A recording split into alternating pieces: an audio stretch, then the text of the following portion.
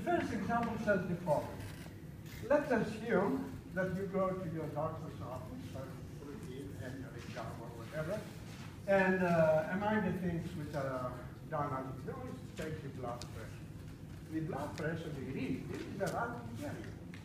And let's assume that it is normal, which has some mean Q and some variance sigma squared. Because you are concerned about your blood pressure, you have a device at home, and you take it, say, once a day, a week, or whatever. The reading is a random variable, which is normal, we have to receive it again. The same mean, but the variance is twice as large.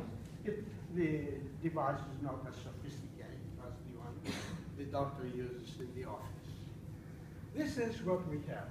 And it makes sense to assume that the random variables are independent. What I want to know is the following.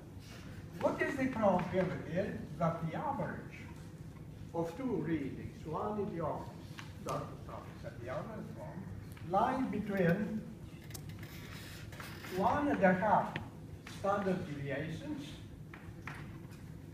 from the mean?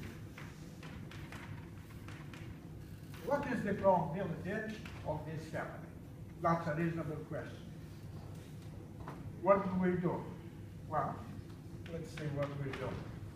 In the first place, multiply by 2, and we have 2 mu minus 3 sigma less than x plus y less than 2 mu plus sigma. What else we do? At this point, we standardize. Is the probability of x plus y minus its mean, which is twice mu, divided by its standard deviation. What is the standard deviation? The variance of this is 2 sigma squared, plus the variance of this sigma squared, 3 sigma squared. The standard deviation then will be sigma square root 3. And of course, we have to do the same thing throughout. It will be 2 mu plus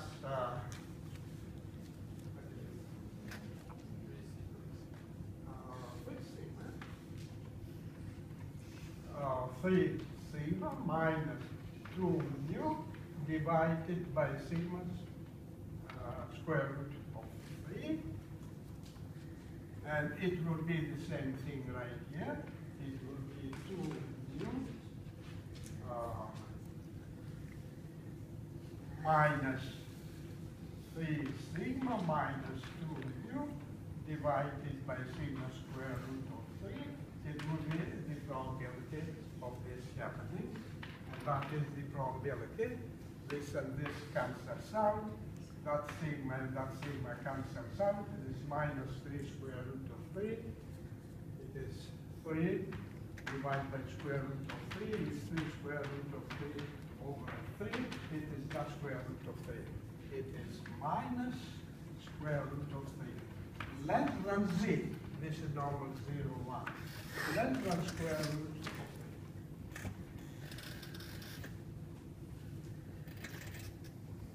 So that is the probability.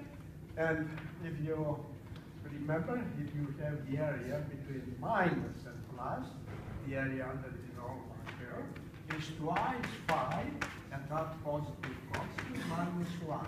And if you go to the table, read out this value right there, that value is going to be 4958185 minus 1. And the net result will be 916316. So that is the answer to that sort of meaningful question posed.